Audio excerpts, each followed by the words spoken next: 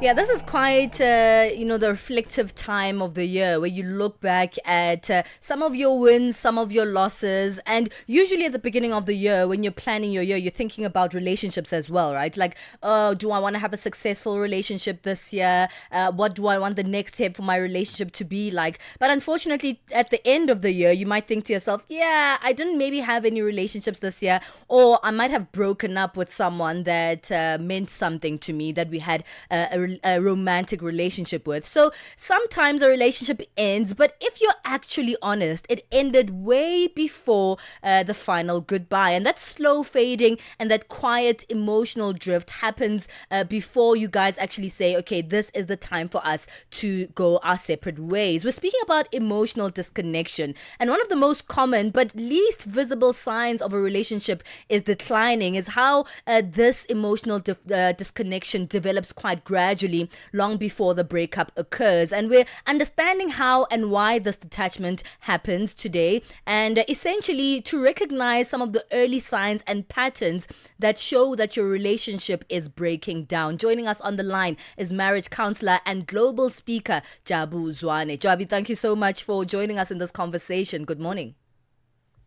Good morning, Palesa. Thank you so much for having me this morning. How are you doing? Doing great, thank you. Hopefully, you're great as well. Let's go straight into it because this Good. is the time of the year when someone would say, "Yeah, in terms of love, things didn't really work out for me that great this year. Things were coming nicely, but then what happened? Because someone would think, yeah, things just ended so abruptly. I didn't see it coming." And let's speak about that phrase, right? People love to say that. I didn't see it coming. Should people have seen it coming? Is it the end really just happening right at the end, or should we have observed a little bit more? I think the latter is very true that we should have observed a little bit more. And actually, that's one of the most common responses I get in a counseling session is that the one spouse would say, well, I thought we were happy. I don't know why we're here. But, we are not as observant, as present, as sensitive, and as aware as we need to be many times in marriage, especially if we are the ones who are happy. And I think for me, there are crucial health check questions that you need to ask before you get to that stage. And one of those is make it a habit to find out from your spouse: are you happy? What are you happy about? What is it that you believe that we can be to do to improve our relationship? And what is it that you believe that I can do to make your life easier as my partner in the relationship? You know, So the biggest indicator is that if you are the one who's comfortable, who doesn't see anything wrong, the likelihood is that you are not as aware and as present as you need to be. It's actually quite strange how people in romantic relationships or marriages should be the most intimate or one of the most intimate people in your life. But it seems like we are somewhat afraid to have some of those intimate conversations. Those questions that you speak about aren't questions that are, really often asked within many relationships and many marriages. So let's speak about this emotional disconnect. Why does it happen? And, why don't we see it taking place? The most important cause of that is a lack of emotional safety. You don't want to connect in a place where you are not emotionally safe. And how does that happen? When your emotional well-being is being dismissed, is not being attended to. How does it happen? If you're not being listened to, if you're not being checked on to find out if you are well, if you're not being considered, if there is a degree of a lack of compassion in terms of how you're being handled and being dealt with. And of course, a big one is that if there are long-standing unresolved conflicts, certain conversations keep on coming up, but there doesn't seem to be any kind of solution to that. And so that leads to frustration. So whenever your love is frustrated, that frustrated love cannot lead to connection. Mhm. It's so powerful that you speak about that connection to that emotional space of the relationship. And at times we think other things can replace that emotive connection, like material things, like how often we go out. Especially as men, we think when we make that provision, then it's so easy for the lady to be happy. But there's more to that. How do you create that balance between the material side of a relationship and the emotional needs? I mean, the most important part is I need to understand why you're doing what you're doing.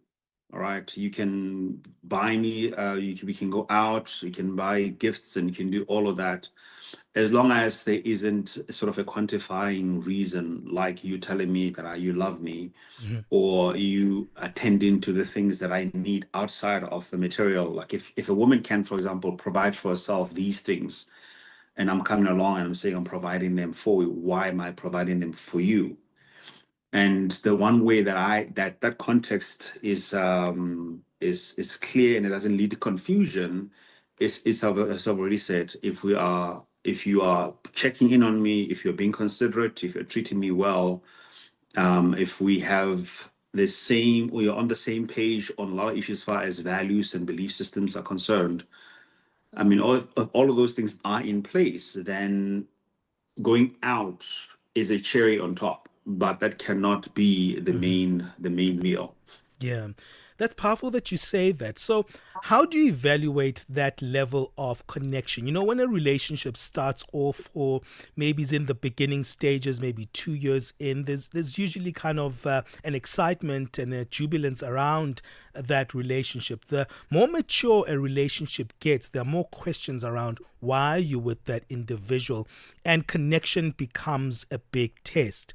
What would be the best way to start evaluating that connection that you have with your partner? The best way, actually, the questions that I've asked, you need to check in. You cannot know what you don't know, and you need to check in. It's important to just not work on the assumption that because there isn't anything visibly wrong, that everything is fine.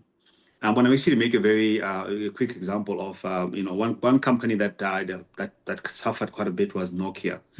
And when their CEO was asked at a press conference in 2016, what happened, he said, "We did everything right, and still we lost." So just because you're doing the stuff that used to work all the time doesn't mean that it meets your different life stages. You are different people than you were 2 years ago when you started the relationship, or 10 years ago when you started the relationship. Things have happened. That's why it's important to say, are you happy? What are you happy about? What do you believe that we can improve in our relationship? And is there anything specifically that on my side that I'm doing to frustrate you, or that I can do to improve, to make your experience in the relationship a little bit more differently? I think that's a very important health check in that I recommend that at least couples do every 6 months, every year. All right, we need to take a break. Stay with us on the line, Jabu. We continue this conversation about the emotional disconnect before the final goodbye in a relationship. How do you recognize this emotional disconnect before the final goodbye takes place? Stay with us. We are on the move. With gratitude for the voices, the rhythm, and the dreams that unite us all. Roho ya Afrika inaishi katika kila hadithi tunayosimulia. Each new day is a gift, a reminder to pause, to breathe, and to give thanks for the laughter we share and the journeys we take and the stories that shape who we are. Cada nascer do sol, lembre que há algo pelo qual ser grato. La vie est un voyage, parcourons-la avec gratitude. Channel Africa. Celebrate the beauty of life with gratitude for the voices, the rhythms, and the dreams that unite us all. This is Africa with Channel Africa, the African perspective. 9 to 12 midday, Central African Time. On the move with Palesa and Benjamin Moshatama. Hey, it's Gratitude Month for us here on Channel Africa. So we're taking a little bit of taking stock of this year, 2025. We're right in the month of November. So looking back is such an important time, and we're going to help you make that reflection. And relationships are part of that, especially those relationships that are intimate with our partners. And we're making that assessment today, speaking about emotional disconnection, one of the most common ways in which a relationship comes to an end. To help us on that one is Jabu Zwane, marriage counselor and global speaker. And Jabu, you've been giving advice, right? And I think at times when it comes to that emotional disconnection, people at times use it as a way to kind of end a relationship abruptly, right? There's no real investigation during that period to say, okay, what is this lull of our emotional connection saying about me and you? Does it mean it's the end, or that we need to revisit our feelings for one another?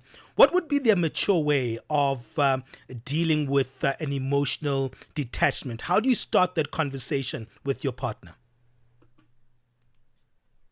I think, the most important understanding we need to have is that emotions are a response to an experience. They are data points. They are not in themselves they don't lead, they're not a leading intellectual framework. They are a response. Sure. So the question that you're going to then ask yourself is, if I'm feeling disconnected, what is it that has happened that has caused me this way? Is there unresolved conflict that we have not been attended to? As I've said, maybe there's been a long-standing issue that we have not been dealing with.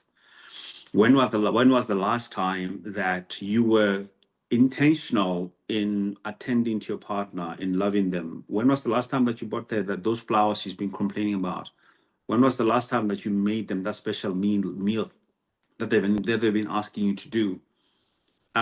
When you are having conversations all the time, what is the one thing that keeps on coming up that sounds from the other person that they are dissatisfied about? And have you done anything about it to attend to that? So you must start really interrogating to be compassionately curious about what is it that my partner is saying in relaying their experience. How are they experiencing my love? How are they experiencing the relationship? How are they experiencing this entire environment that we are creating? And start looking out even for signs of, are they still as present? Are they still as excited? Or are you still as present and as excited? And what is the reason for that? You can't just accept that as absolute factors that should tell you what you need to do. No, you need to enter a relationship. No, you need to inquire and be compassionately curious as to what is it that you've missed along the way.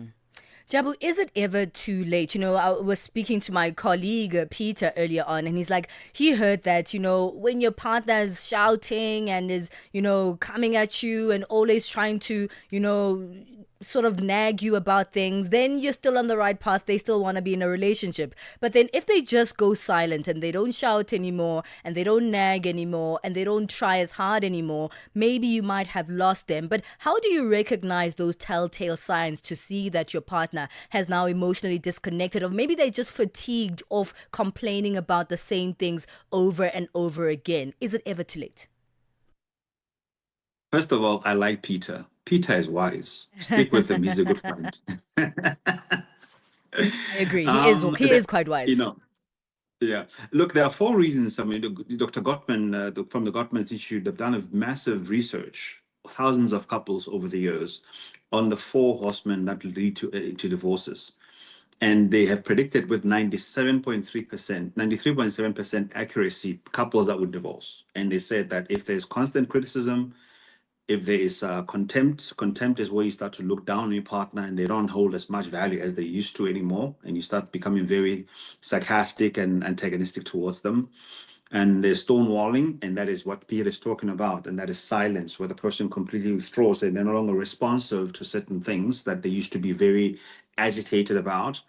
And then the last one is defensiveness, where where the person never owns up to anything that they've done wrong. Whenever an issue is brought up, then they become very defensive. Over time, combined, 1 or 2 or even all of those factors, if they're part of your relationship, the likelihood is that if you don't act, if you don't become proactive, you might find yourself too late.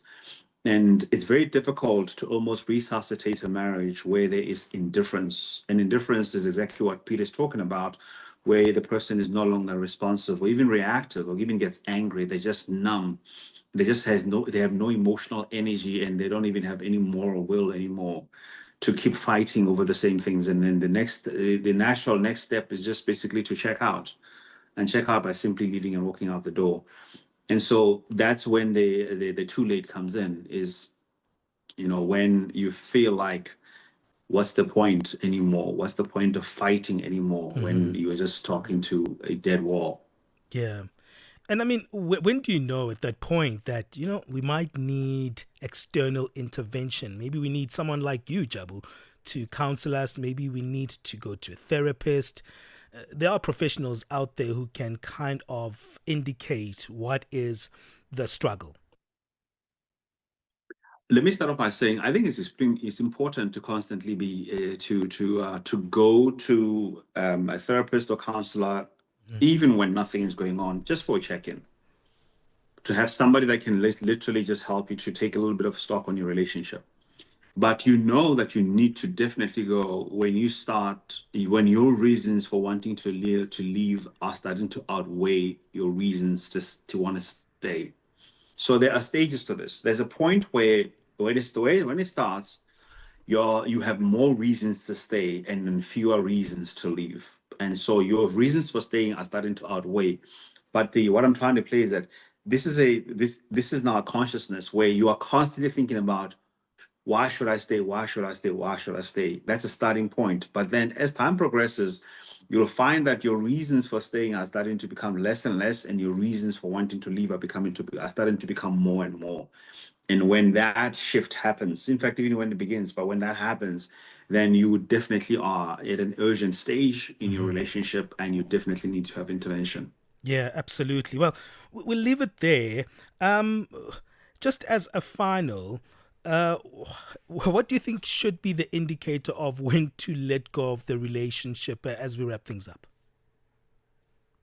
I think that when it's starting to become very emotionally abusive, psychologically abusive, when you're starting to harm yourself, starting to go into depression, when literally you are literally hanging by a thread, and the relationship has become such a massive center of your life that you are unable to think about work, think about children, think about yourself, think about anything else, and then that is just consuming so much of your energy that you literally are, you might as well not exist.